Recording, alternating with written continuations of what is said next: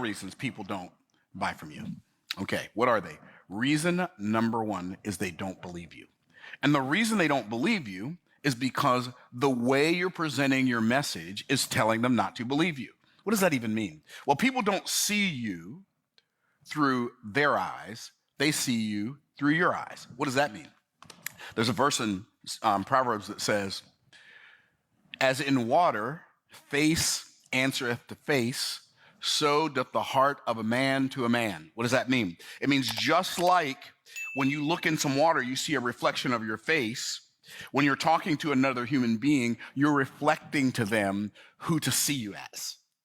And so what we have to do is, if we want other people to believe us, we have to start believing ourselves, which means if you got started selling the thing you're selling just so you can make money, and you don't believe in the thing, and you don't believe in the result, and you don't believe it can help them, they're gonna pick up on that vibe. And one of the principles that I love to operate by, and I always trust this, is you can lie with your words, but your energy always tells the truth. And so if you don't believe in your product and you don't believe in the result it can create, then you are literally with your energy telling them not to believe you. Now, maybe the reason you don't believe is because you don't believe in the product or you don't believe in yourself. Maybe the reason you don't believe is because they can't trust you because you can't trust you. And maybe you can't trust you because you've broken your word to yourself so many times in the past, you can't believe a word you say.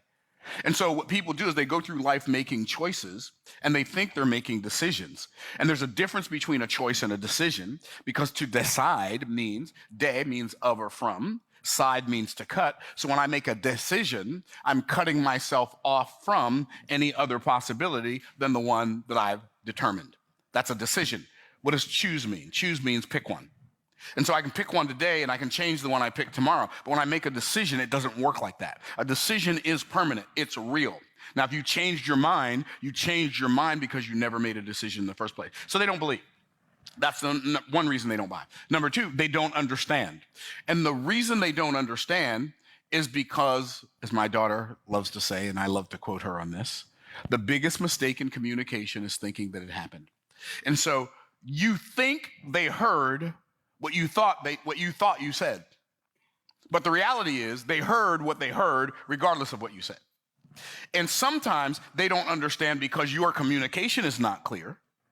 Sometimes they don't understand because my communication is not clear. But sometimes they don't understand simply because when you're talking to people, they run what the words that you're using through their filter and then translate it via their past experiences. So you say something to them and it reminds them of something that happened in the past, and now they're literally taking that experience and then overlaying it on top of the conversation you're having, listening to what you're saying, translating it into what they think it means, and they think they heard you and you think they heard you, but they actually heard themselves translating your words into their language. And they don't understand. And because they don't understand, they can't buy. A confused mind always says no. So you have to make sure you do everything in your power to make it clear. It's interesting how many people I hear talk and they use words that they assume everybody knows what they mean. But everybody the people you're talking to may have the same words in their vocabulary, but they have a different dictionary. That's why it's very imperative, if you're selling, if you're communicating, that when you talk to people and you bring up a subject, even if it's one that everybody should know what this means, define the words so everybody stays on the same page. Even if it's a word that's simple, and then stay away from buzzwords and technobabble and industry jargon. What is that? Mental health, trauma. I help people overcome their trauma. You say trauma, and you mean they got in an argument with their mother, but when they hear trauma, they think back to the time they were in a war zone and bombs were dropping all around them. And you think you're talking about the same thing. You can't be talking about the same thing. Like, stay away from industry jargon. Like, I hear people say, like, so if I hear somebody talk about sales and they say, well, this is how you sell without being salesy, I don't even want to listen to that person, because I already know when they say that, they don't understand sales. Because what they really mean when they say that is how to sell without begging, how to sell without pushing, how to sell without convincing. But they don't say that. They say without being salesy. But see, the reason people resort to begging, pushing, and convincing is because they failed to sell. So what they're calling salesy is actually the opposite of being salesy. When you're salesy, when you're actually salesy, you're empowering people to make a decision they already desired to make before they ever met you. I don't go into a shoe store because I want to buy a car, right? I go into a shoe store. Well, I don't really go to stores, but when I used to go to stores and I went into a shoe store, I would go because I desired to buy some shoes, right? So a salesperson that comes up and says, "Can I help you?" Well, that's a bad question, right? And they say no. Well, they don't know where the shoes are. You do. Maybe a better question, I have a vision. Like if I worked in a shoe store, I would say, I have a vision of shoes that would make your feet look like models' feet. What do you have in mind for your feet today? And how can I help you find them? That's a much better question, right? I just recently saw some shoes that if they were on your feet, they'd make you look like you stepped off the cover of GQ magazine. But what can I help you find today, right? And so you paint a picture with your words. Instead of using industry jargon, paint a word picture, hang it on the corridor of their mind, so when they walk past it, they have to think of you. So they don't believe you. They don't understand. They smell commission breath. What's commission breath? That's when you are so desperate to make a sale that other people can smell your desperation. That's known in the sales industry as commission breath. And so what's really interesting about human nature is people don't desire what's too readily available to them, but they feel like they must have the thing that's just out of reach. When you lean in, they lean out. When you lean out, they lean in. Give you a perfect example. Boy meets girl. Boy's crazy about girl. Girl thinks boy is creepy. All the ladies laugh because they know, right?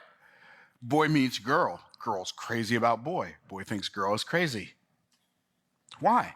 Because, why are you crazy about me? See, I know me. Why are you crazy about me, right? Something's wrong with you. And you got to understand, it's human nature. You're not going to fix it, so you might as well not fight it. So if that's the case, now watch this. Boy meets girl, acts like he's not interested, and then acts like she's the problem. Now she's interested in boy. Why? Because people desire what they can't have. It's human nature. So when you're selling, make sure you're operating from a place of understanding that you are the one with the goods. So you don't have commission breath.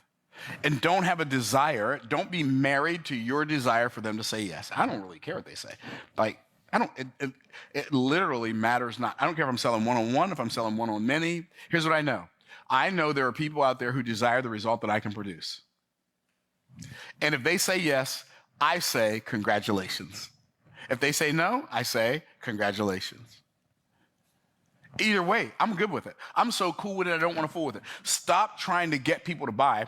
Stop looking for people to sell your stuff to. Make yourself more findable for people who already desire to buy what you already desire to sell. See, comment in the comments. Make a statement in the comments. If there are things already you right now have on your list of things, when I get the money, I'm buying this. Name what that thing is in the comments, because I'm telling the truth. Well, the person who sells that thing, when you come up with the money and you're in their presence, how hard do they have to work? Here's the answer. Not very. Well, what if there were thousands, tens of thousands, hundreds of thousands, or millions of people in the world who would already love to buy what you'd already love to sell if they only knew you existed? Would you be attempting to turn a no into a yes, or would you just make yourself more findable for all the yeses out there? So they smell commission breath, so they don't buy. And I don't buy from people with commission breath because I don't want to be the solution to your problem. In fact, I should only be selling to you when I know I'm the solution to yours.